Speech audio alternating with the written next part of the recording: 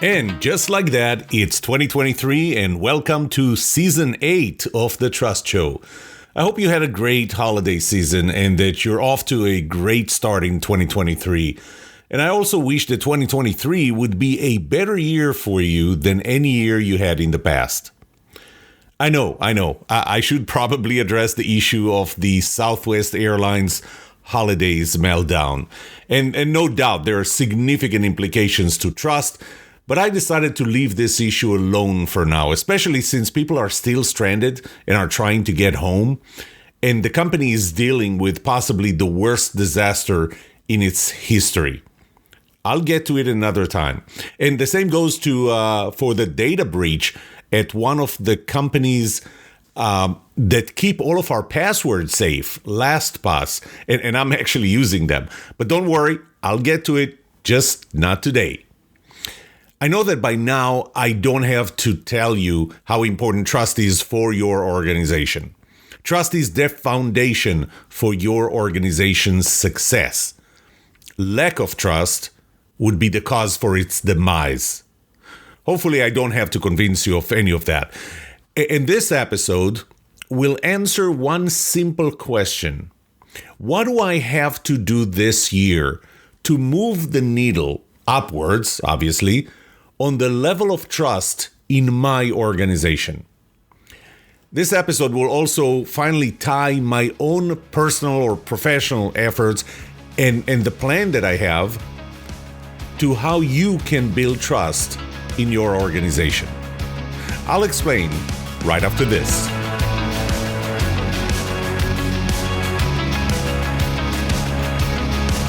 Welcome to The Trust Show. I'm Yoram Solomon, your host, the author of the Book of Trust, and facilitator of the Trust Habits Workshop. My mission is simple. I want to help you form habits that build your trustworthiness, because the answer to this question will have the biggest impact on your personal and professional success or failure. Can I trust you?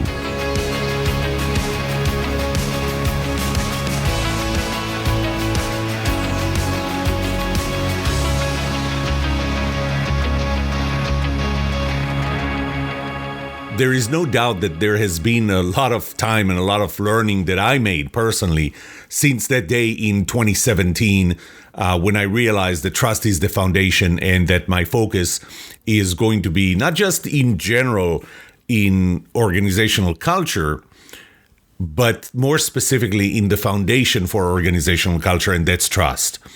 Back in 2017, when I published the book, Culture Starts With You, Not Your Boss, that was the first time when I wrote a 6-page chapter. It was the epilogue to that book that's called Building Trust. It was also the first time that I started identifying the components of what makes one person trust another person. It has evolved dramatically since then. And late last year, 2022, was when I added the last layer, the fourth layer to this model. So I'm going to talk about this in 4 phases. So I'm now looking at your organization and really answering the question, which is what I'm going to be doing today in this episode. I'm answering the question, what would it take for you to build trust in your organization? Assuming that you are in a position to do that. And I'm going to break it into 4 phases. And just kind of to give you a sense of what those phases are, before I start talking about phase 1, phase 1 will be the launch. This will be the T0. This is when we decide, or you decide, that you want to build trust in your organization. And there are certain activities that need to take place at that point. Phase 2, and I'm focusing now on the human resources function, or the HR professionals, because I really do believe that they are in a perfect position to drive this effort in the organization. And I'll talk about that. I have talked about that in previous episodes as well. So phase 2, if HR is going to build trust in the organization, or whoever is going to build trust in the organization, first they must be trusted by the organization. Nobody can help you become more trusted if you don't trust them. That person, that advisor, that coach, that mentor, whatever we call them, You have to trust them to accept what they're telling you and how they're helping you. So phase 2 is going to be, how do we build trust in the HR function or whoever is going to be the champion of this effort in your organization? Maybe it's you.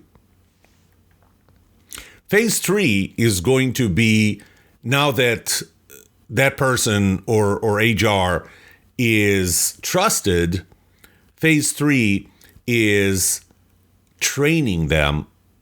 And this is the fourth layer, training them to coach others through the same process that they went through. Stage 4 is going to be to actually building trust, one person at a time. These are the 4 stages. At the end of this episode, I'm going to talk a little about my own personal plan for 2023, my own trust habits, my institute, my organization's plan for 2023, and you'll see how these things fit.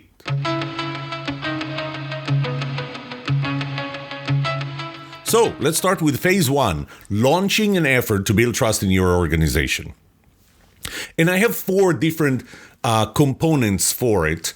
The first one is a kickoff workshop. So here's the thing. When you think about that, in terms of your people, they need to know, they need to understand what's going on, what's about to happen this year. They need to know what to prepare for. And, it's kind of hard when somebody kind of piecemeals the process to you and just tells you, now do this, now do that. They want the big picture. By the way, giving the big picture is a major part of a very innovative, creative, and productive culture. It's part of autonomy. It's giving you the big picture of where things are and what's about to happen. So the way I propose to start this is with a workshop, with a kickoff workshop that takes them through the trust habits process.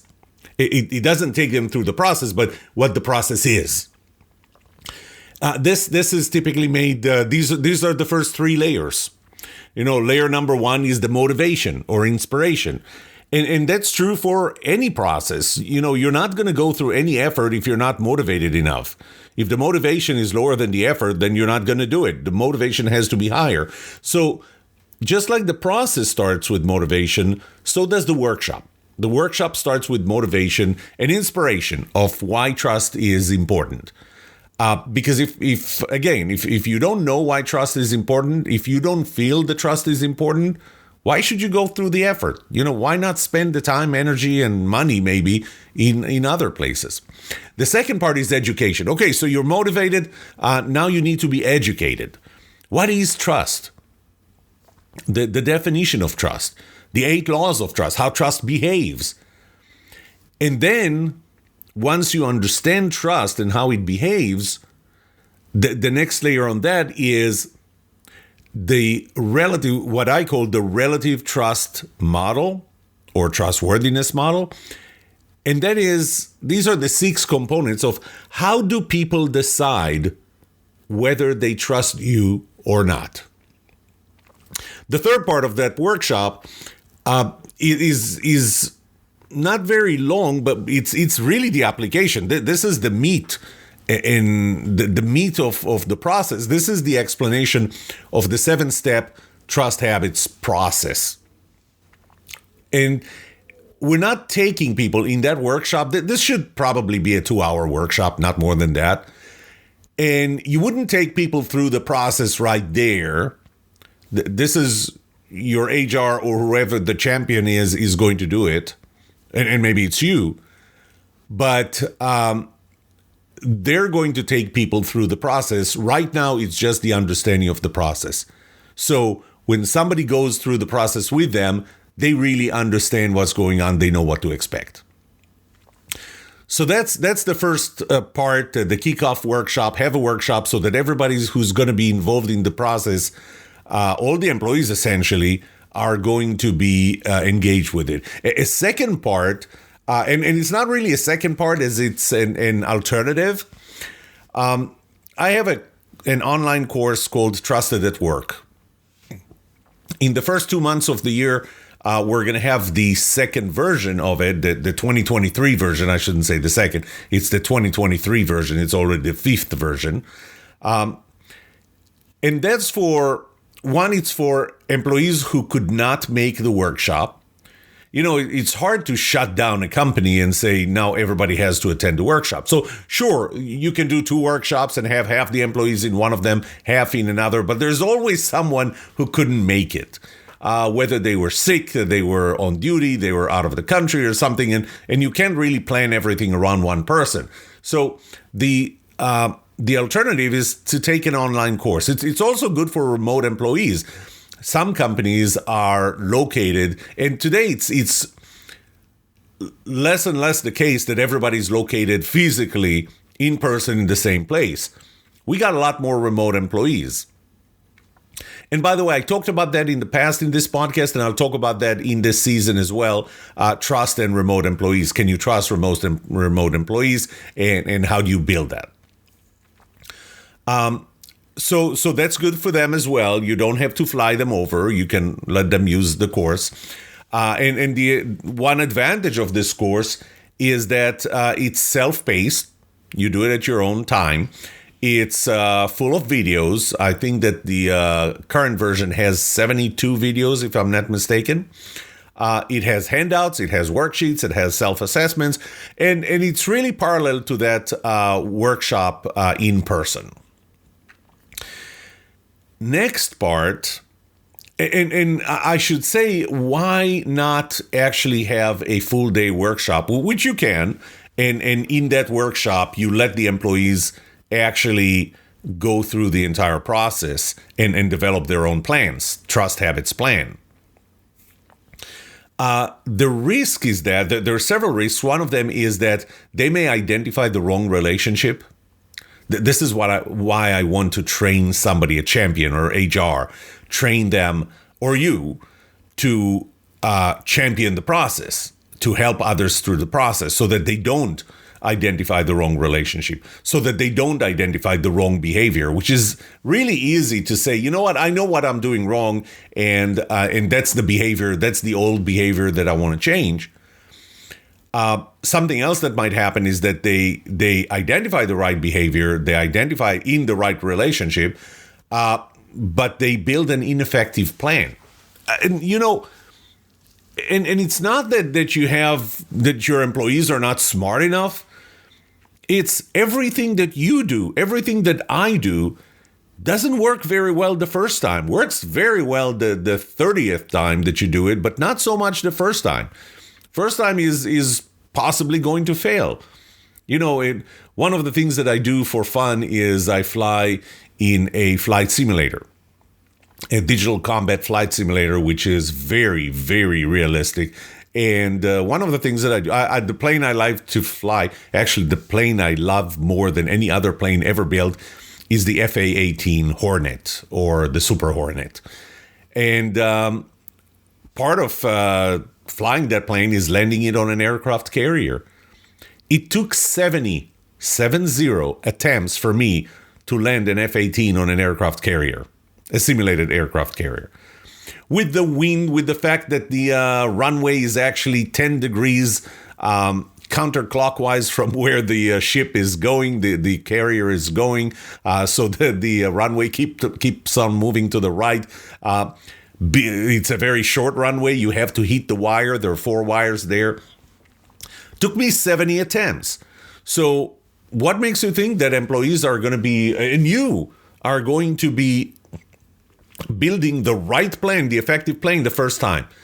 So that's why I want to train professionals within the organization to help other employees do that. So that's a risk that, you know, they can identify the wrong relationship, they can identify the wrong behavior to change, they can build a plan that's going to be ineffective.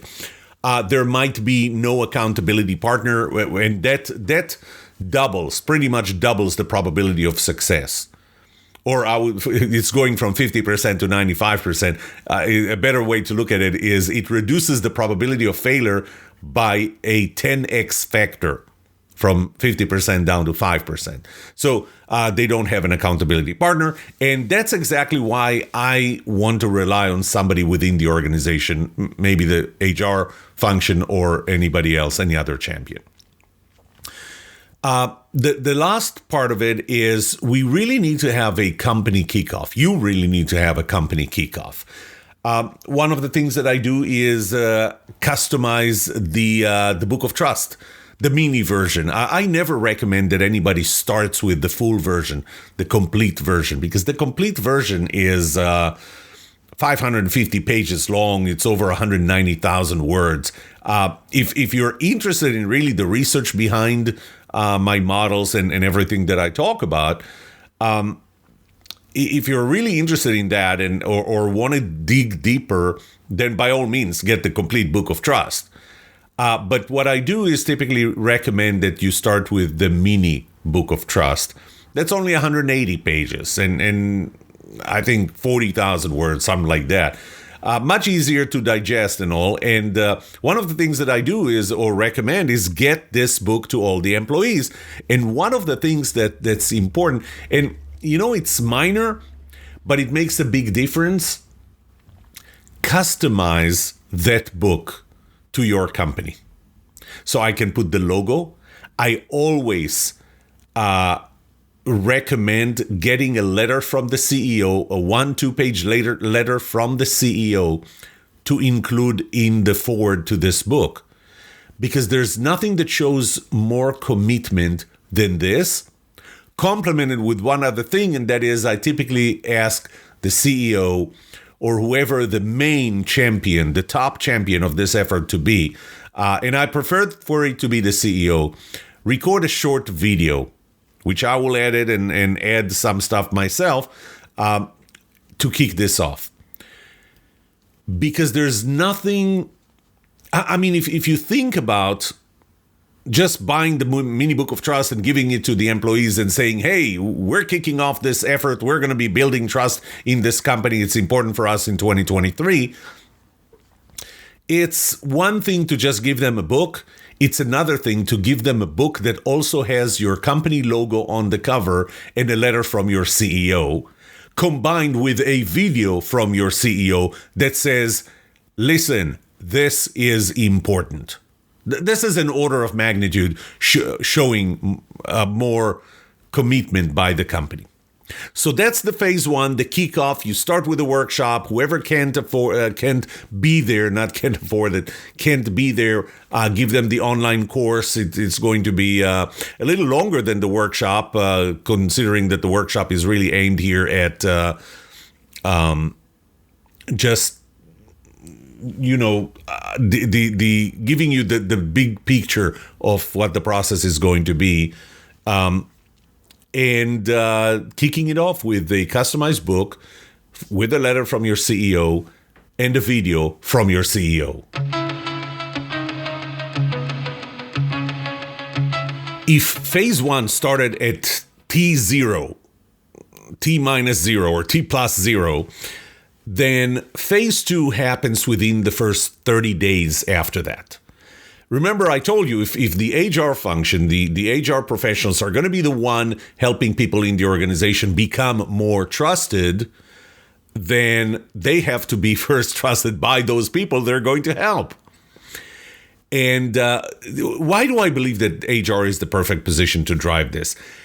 HR people are trained in soft skills. They're trained in understanding people, in understanding organizations.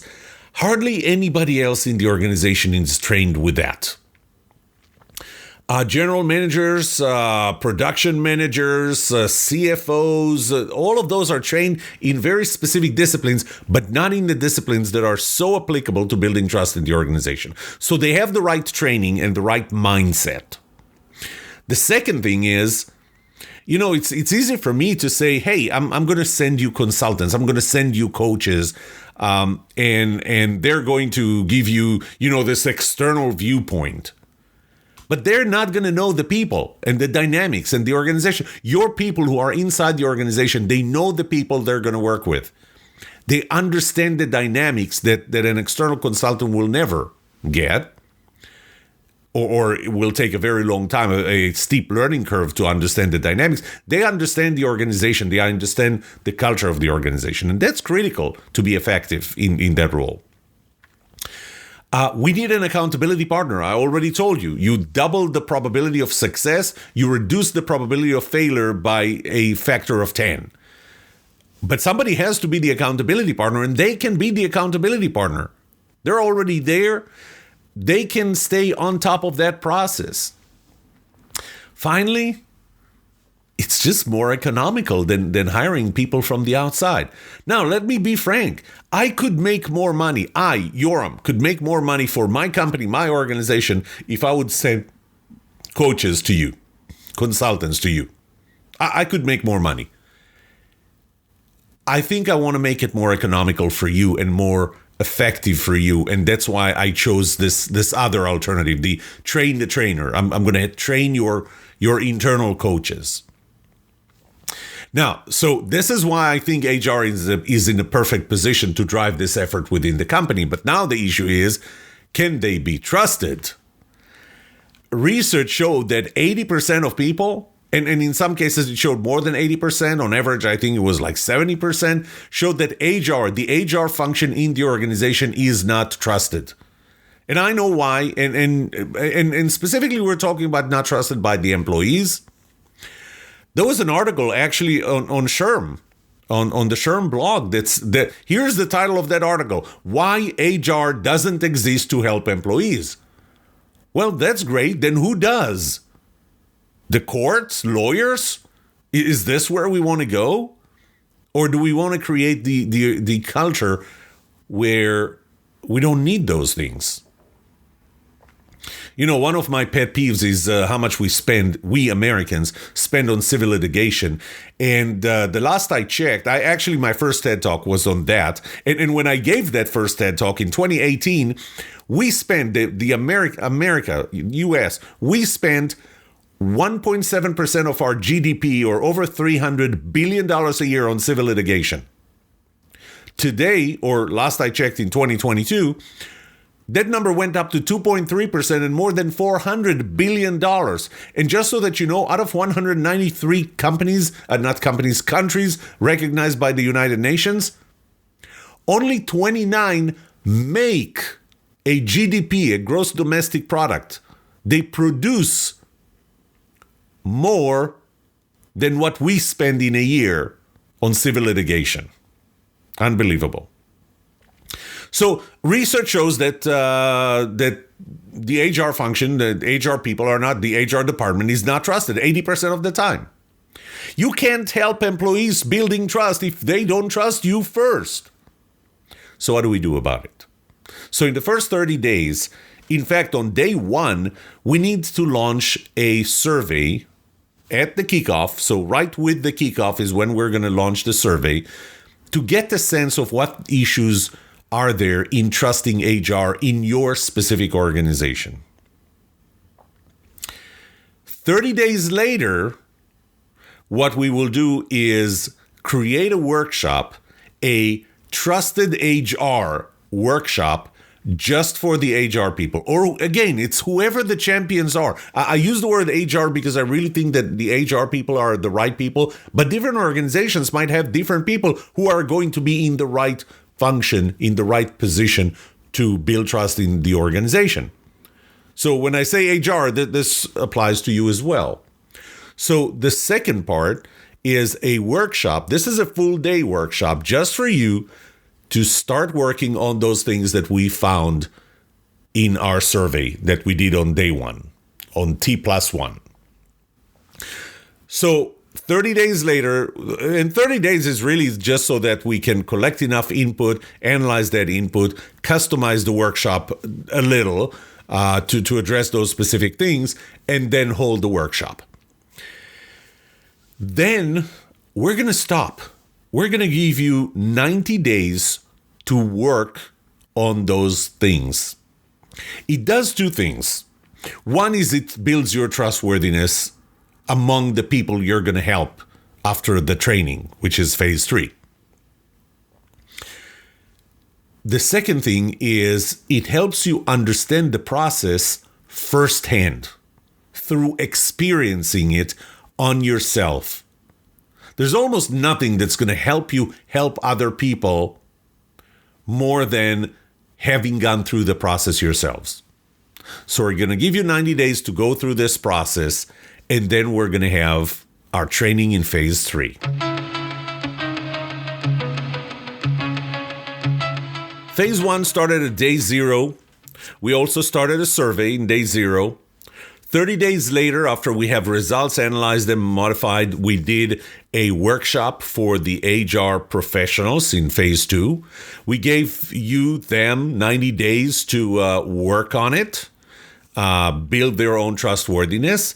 And here in phase 3, we're going to go through an HR training.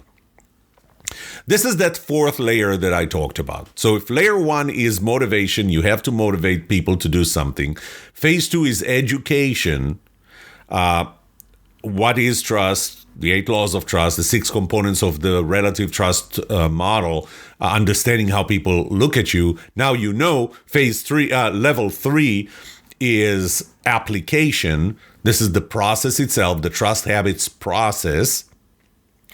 Level 4, which is the new one, the first instance of this one is going to take place January 25th through 27th in Dallas.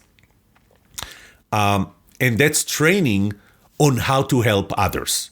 This is no longer a half day or 2 hour or a full day workshop. This is a 3-day workshop that, other than explaining the process very carefully, it actually also takes you through how do you apply to other people.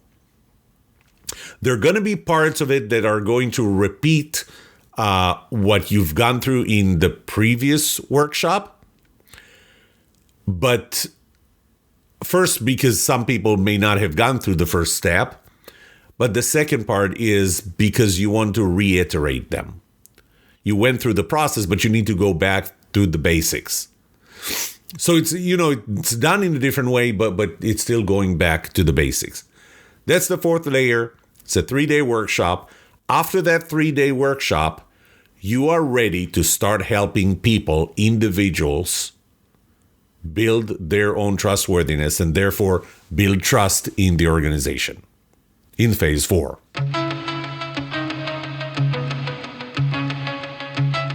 Immediately after phase 3, after that 3-day workshop, training workshop, it's a masterclass. I call it the masterclass. You can find it in my website in trusthabits.com/masterclass. You can find the details of that workshop, that masterclass. Phase 4 starts immediately after that, and this is where you start building trust in the organization, one person at a time. So it's really up to your bandwidth. How many people can you support at the same time? You really need, for that reason, to focus on the critical relationships. And I'm going to give you tools in the 3-day masterclass. I'm going to give you tools to decide what are the critical relationships you need to focus on first. Ideally, eventually you get to all relationships in the organization, but you want to start with the critical ones. The critical ones, not only that they have more immediate impact to organizational outcomes and performance, but they also tend to trickle down. Take, for example, relationships between executives. The executives that had different silos in the organization. Let's say that you have a silo problem, which, by the way, is going to be the topic of one of the next episodes in this podcast. Let's say that you have silos in the organization. Often it happens because of a lack of trust between the leaders of those two silos. Let's say engineering and marketing. Engineering doesn't trust marketing. Marketing doesn't trust engineering. And it really starts at the top. If you can work at that top relationship, most likely that will trickle down to their organizations. So that's another thing to consider. And it's down to how many relationships are there in the organization. And it's very simple. If you have N employees or X employees in the company, X square is how many relationships. you have. And I know you're thinking it's not x squared, it's x times x minus 1, because that's the number of relationships. And that's true, except that you treat the two opposite directions of the same relationship differently, which means you have x squared relationships. If you have an organization with 10 employees, you have 100 relationships, 100 trusting relationships to work on. If you have an organization with 1,000 employees, you have 1,000,000 relationships to work on. So it's really limited by what you can swallow and your ability to identify what are the most critical ones. I'm estimating it at about 10 to 20 hours per employee to kick the process off. So when you start working with an employee, assume spending about 10 to 20 hours. It's not going to be straight, because you're going to be interviewing people, you're going to be writing papers, you're going to interview the employee themselves several times, so that you identify the relationship, you identify the behavior, and you help them make the plan. So I'm really counting on you to make the plan for them, with them, guide them through making the plan, which might be even better, but assume taking about 10 to 20 hours to kick it off per employee. Then it's going to be 90 to 180 days for the employee to form a new habit. Because really the process is you're going to identify, you're going to help them make a plan. The plan is to form a new habit that changes an old behavior. We're going to give them 90 to 180 days until you feel that this is working. And by the way, during that period, all you have to be is their accountability partner. That's a weekly interaction. That interaction can be an email. Preferably you stop by and ask them how it's going. Needs to be predictable. They need to know that you're coming. They need to know that they had to have achieved several things or performed several actions. And one other thing that you're going to get through that process is you're going to get an ongoing support from me. We're going to have a group. We're going to have regular meetings where we can go over things. So there's going to be a monthly webinar, but you're going to get ongoing support as well through a community, an online community. That's it. That's the plan. That's how you build trust in your organization. So it's through 4 phases. Phase 1 is the kickoff. That's the launch. That has a short workshop for all employees, supplemented by an online course, maybe giving them a customized book with a customized video from the CEO. Phase 2, we build trust in you, the HR professional or whoever the champion is. That's going to be done through a combination of an assessment and 30 days later, a workshop for you. Phase 3, and then we're going to give you 90 days to work on it. Phase 3 is training for you. This is a 3-day training for you on how to build trust, how to help others. So this is the train the trainer, if you will.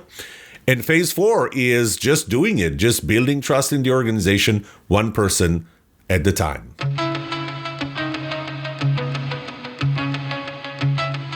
Now I'm going to take it on a more personal basis. Where am I in all of this? I have to, again, as I said at the beginning, say that my thinking has evolved over time in how you do it, what's the right thing to do, what's the most effective thing to do, experience I had with customers. And based on that, I decided what the building blocks are, and those are what I described to you until now. So where am I on everything here? The workshop, the kickoff workshop is done, ready, have been delivered many times. The books are ready. The process of customizing them and creating the video is ready and was already done. The online course, I already have the current version, which, as I said, there are already 4 versions. This is going to be the 5th one, the 2023 version. I do want to make some modifications. I actually want to make a mini version of it So it's not really for people to do it themselves as it is a replacement for the 2-hour workshop, just so that they'll understand what's going on. I have a tool that I already started using on organizations that I call Trust Tracker 360. And that's an assessment of trust.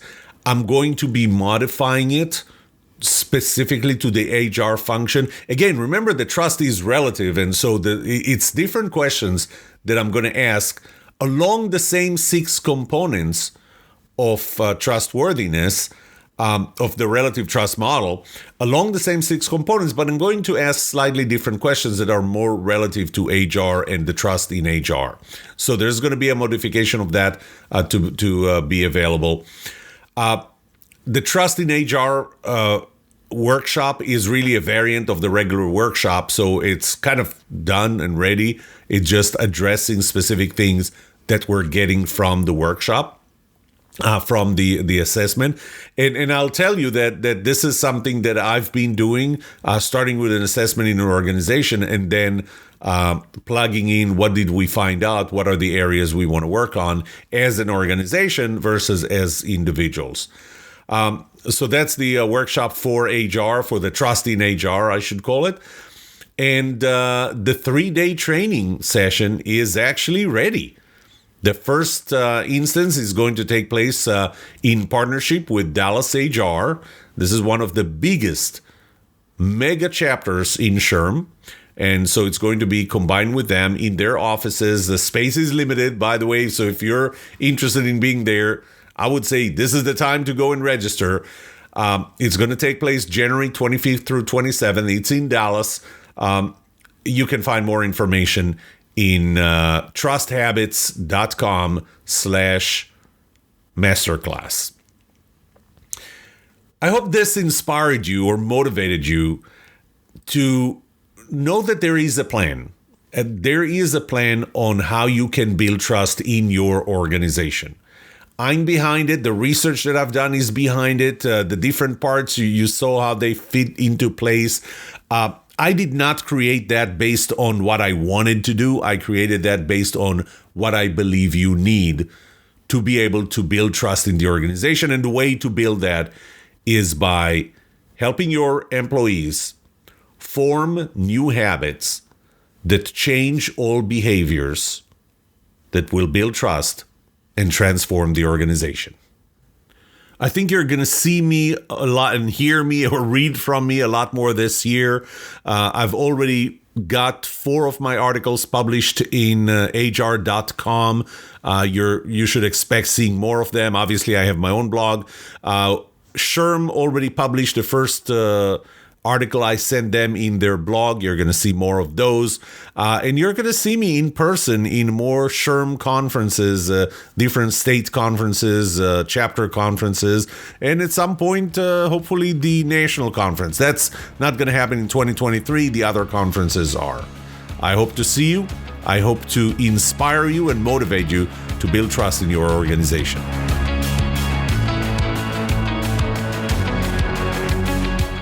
What would you like to know about trust and trustworthiness? Let me know and I'll answer it in a future episode. I would love to hear from you. Email me at yoram@thetrustshow.com. If you like this episode, subscribe to the show so you will automatically get notified when I release a new episode. Rate it. Write a review for this podcast because those ratings help not only you, but also others looking for podcasts just like this. If you're looking for more resources to learn about how to build trust, be trusted, or know who to trust, look up my workshops, online courses, books, or go to my website, trusthabits.com. And remember that the answer to these 2 questions will have the biggest impact on your personal and professional success or failure. Can I trust you? And can you trust me? Thank you for listening or watching The Trust Show.